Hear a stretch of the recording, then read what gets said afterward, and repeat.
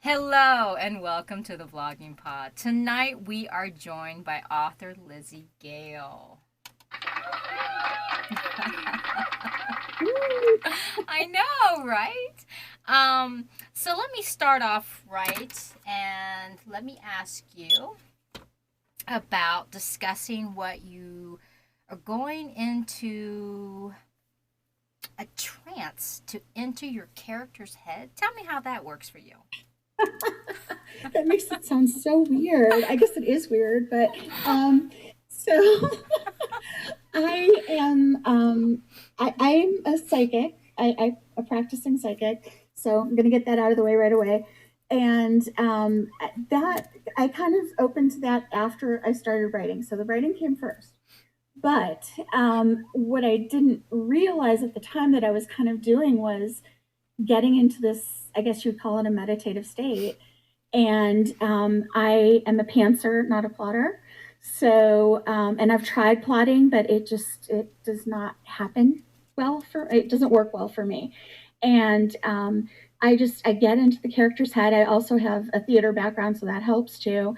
And it's almost like, I mean, I'm watching a movie and I'm just recording what's happening as it happens from that person's point of view. So that's my rough draft. Obviously, I edit afterwards. Well, that's actually interesting, though. Um, well, since we're talking about your characters' minds, let's take a moment and find out more about the Blissful End. This is book 3 in the Dijon series. The Jane, Jane. Okay, Jen, Jen. Oh yeah, God, my God, the D I know it can silent. be kind of tricky. The D silent. The Jen. And I told myself when I wrote this too. This is why I try not to do two things at the same time. So, tell us how the book came, the series came about, and then tell us about this latest book, if you wouldn't mind. Sure, of course. So at the time, I knew that I love, paranormal because I like reading it, I like writing it, the whole thing. And I had just finished writing a book, a demon angel book, which I actually had out and is no longer available in print, but it was when I was writing YA.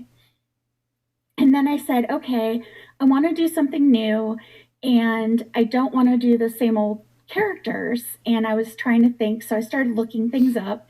There used to be this really cool site online. I don't think it exists anymore, unfortunately, because this started a long time ago, but I think it was like the Monsterpedia or something like that. And it had all these different paranormal creatures. So I was just kind of thumbing through it and I heard this kind of, character in my head, as writers do. And she sounded a lot like the demon that I had written. And I thought, but that's not right.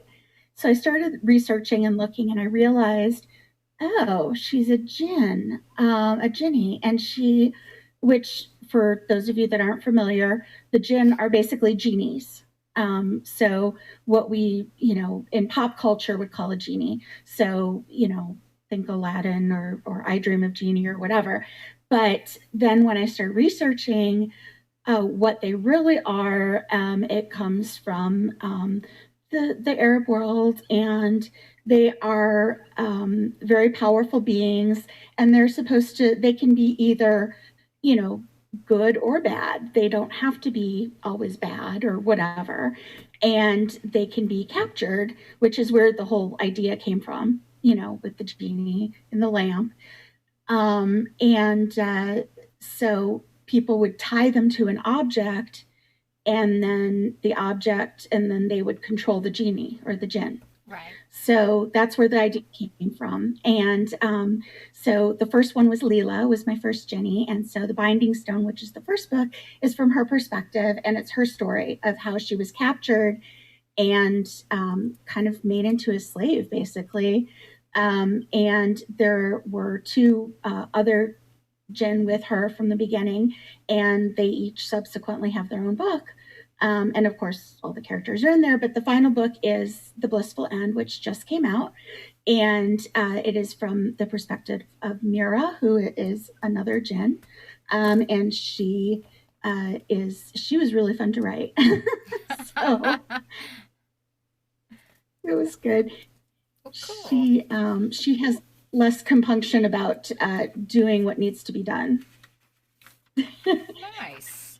That sums it up pretty So, good. yeah, yeah, I think so. Now, is I this don't going to know. be the Use your last? imagination. Is this going to be the last in the series, or do you have any plans to continue on with it? It it is the last in the trilogy. It's a trilogy. The last one that I had planned.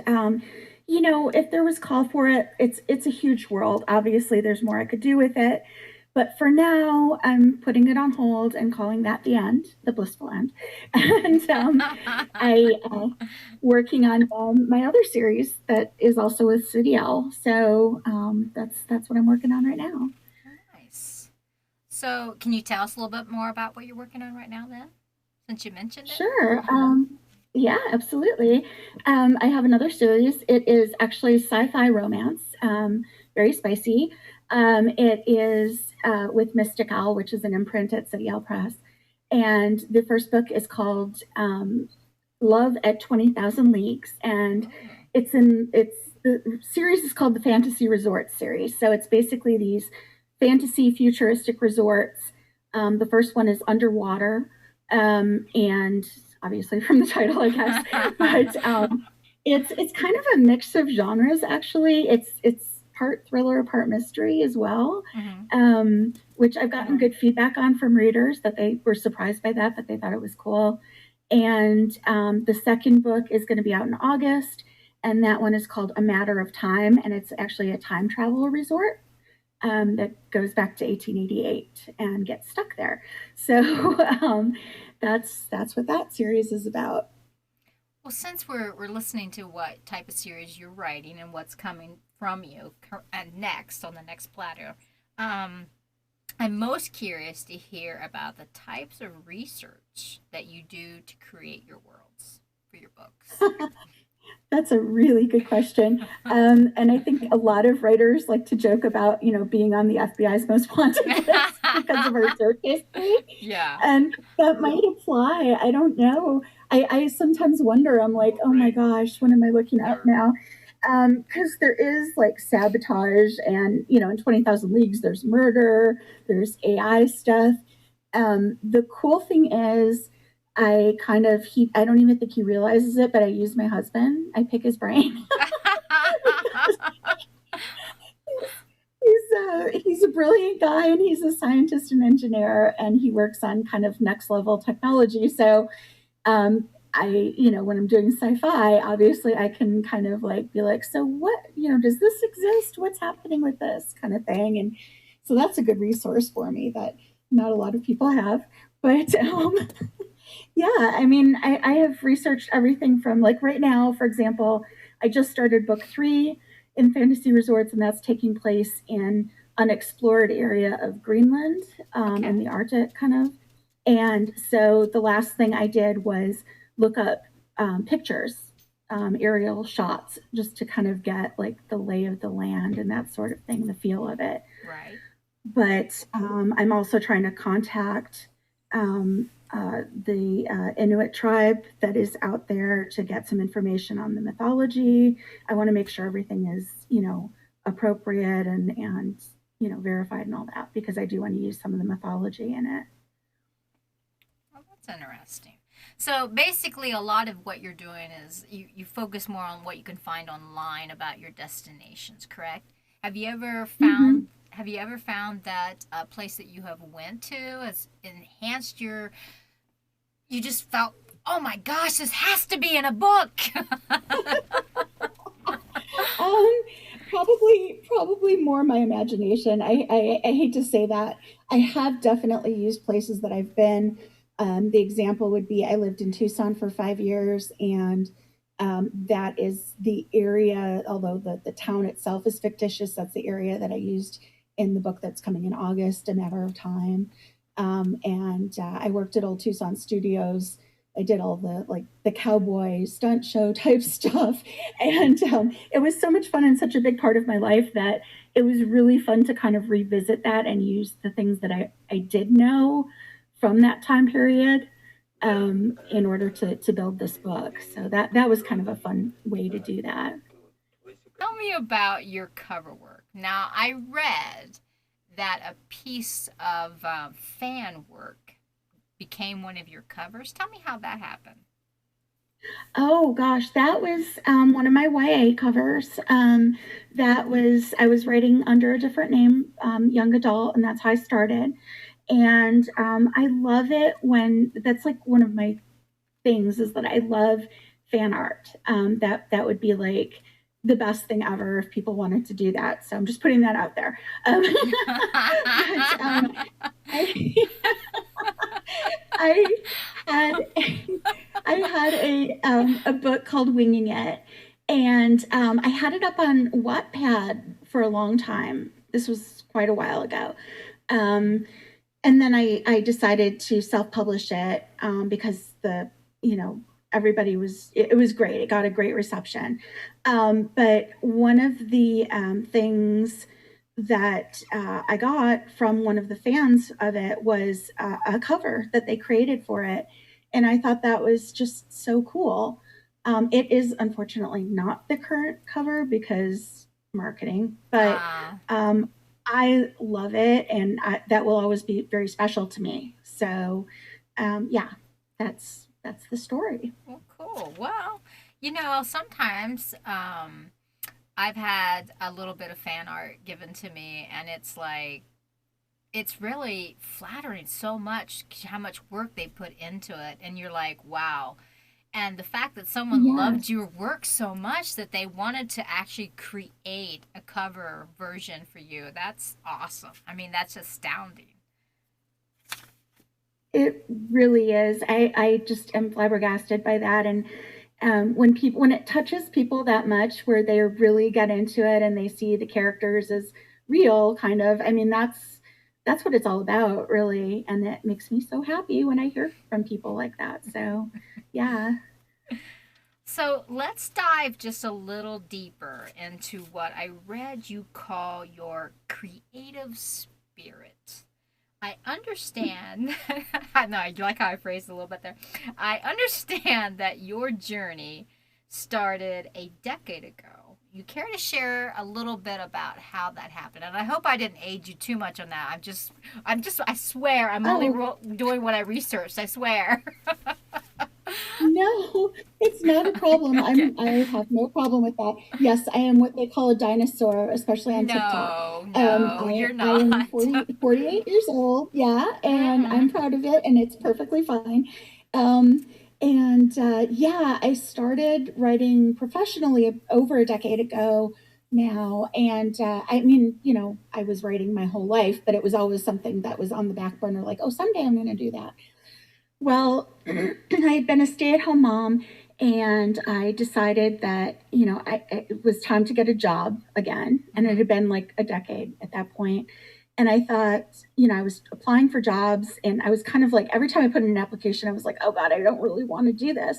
And I wasn't getting a lot of, interest because not a lot of people want somebody who hasn't been working for 10 years. And I thought, instead of doing this, if I'm going to get rejected anyway, I might as well be doing what I love. Right. So I decided to sit down and treat it like a business and learn the whole thing.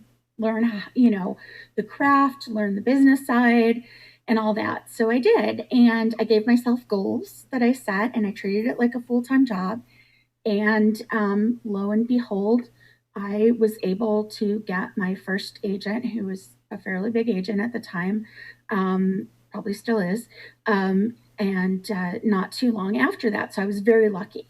And once I started, like my big thing was, can I write a whole book? Can I write a novel? That was my question.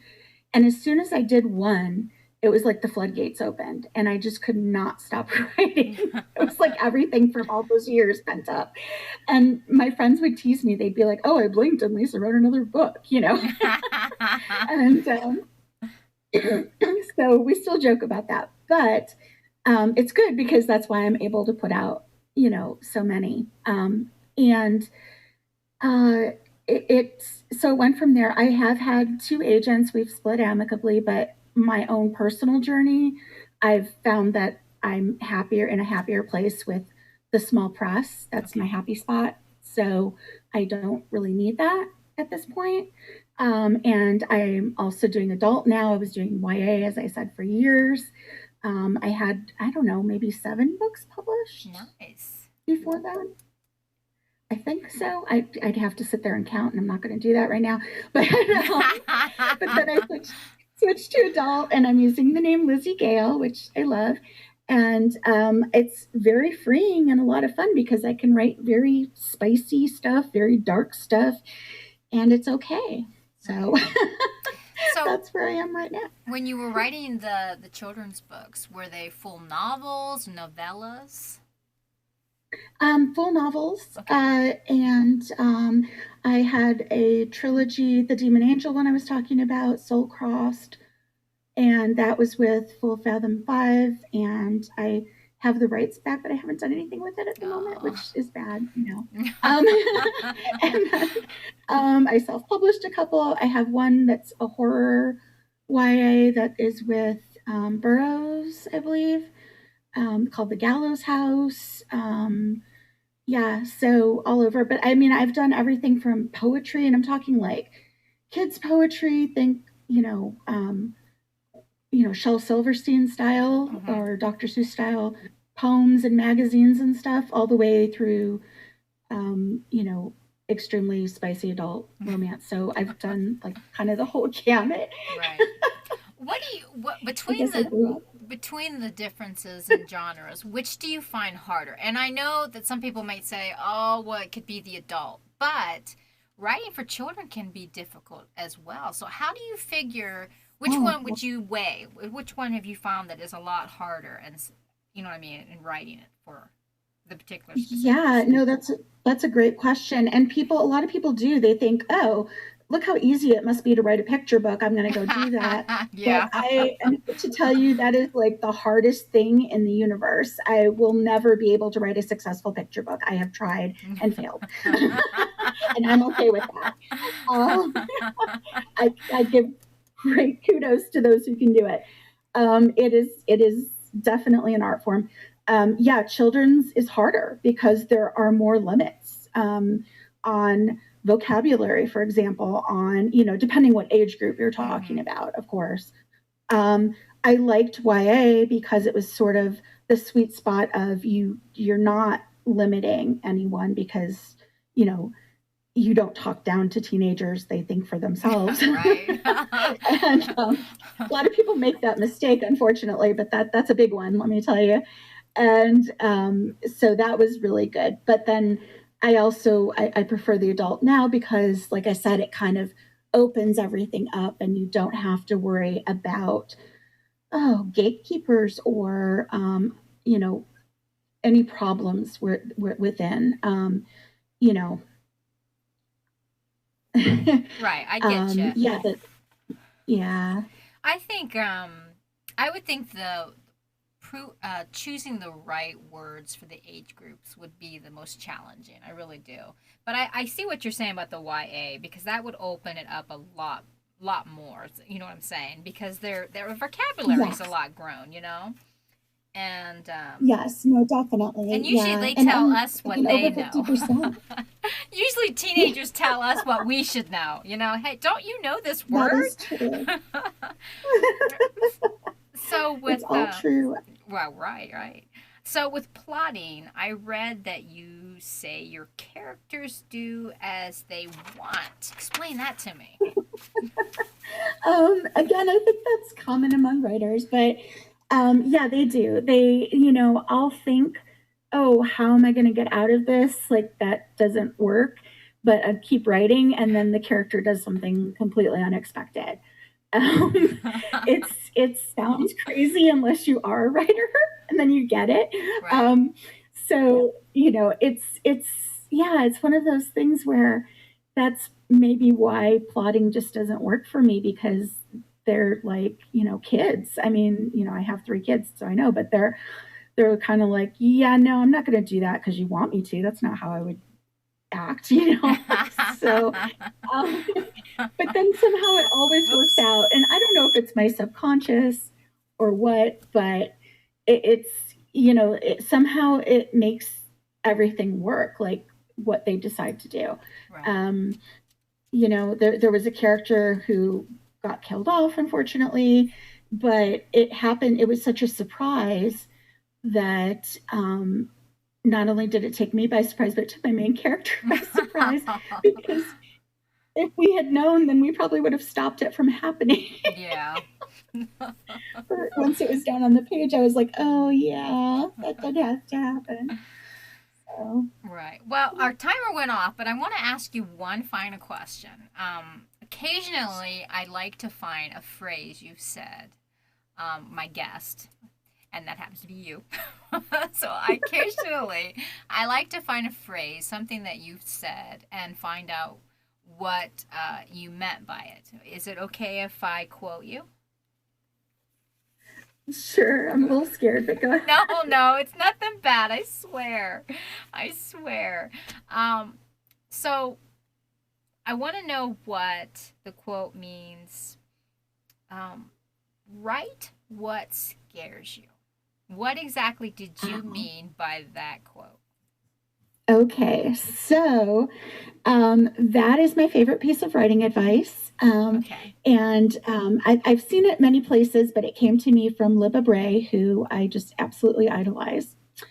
And to me, what that means is free yourself. Don't try to second guess. Don't try, turn off your internal editor. Um, if you're afraid to go there, either in subject matter or style or tone or anything like that, do it, because how else are you going to grow? If you don't try it and you don't get out of your comfort zone, and that goes for anything, it doesn't even have to be writing, then you're never going to grow. You're never going to move on and learn and keep going, because whatever you do, you should never get to that point where you just feel like, yeah, I'm as good as it's going to get, because there's always more. Right. I can get So that behind needs, that. I can get behind yeah. that. I want to thank you so much for being on the program, even going through my little editing errors here. So, my apologies. Sometimes trying to do a new platform is a little more challenging. Um, but we're going to get there. We're going to get there and we're going to keep growing. That's my plan. And I want to thank you so much for trying to Absolutely. grow along with me tonight, specifically. Oh, You were thank you. Thank you, you for having me. I oh, really appreciate it it. was a pleasure. You were spectacular. You are a generous person. You were very giving to me tonight for putting up with me. So I greatly Oh, appreciate it. Um, not a I big, go ahead. Sorry, I didn't even interrupt. no, no, I was saying it's not a big deal. Don't worry about it. Okay. I'd love to have you back on. You, like I said, your books seem awesome. Your cover work is fantastic. I wish that I could show images in the room because people would not believe how great and glorious and colorful they are. So please come back anytime. We'd love to have you. I want to thank everybody for listening.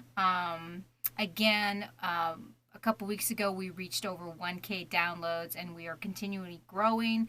And like I said, we were offered to be a part of different platforms, which we will try to get accomplished, I promise to you, because I want to bring everyone that comes on this show to higher avenues and open you up to different places where you will be heard and your voice will be given wings to fly out there on the media with. So thank you so much, everyone, for being here tonight. Thank you every night that you come in. It is such an honor to be with you. Have a great evening, everyone. Talk to you later. Have a good one. Bye bye for now.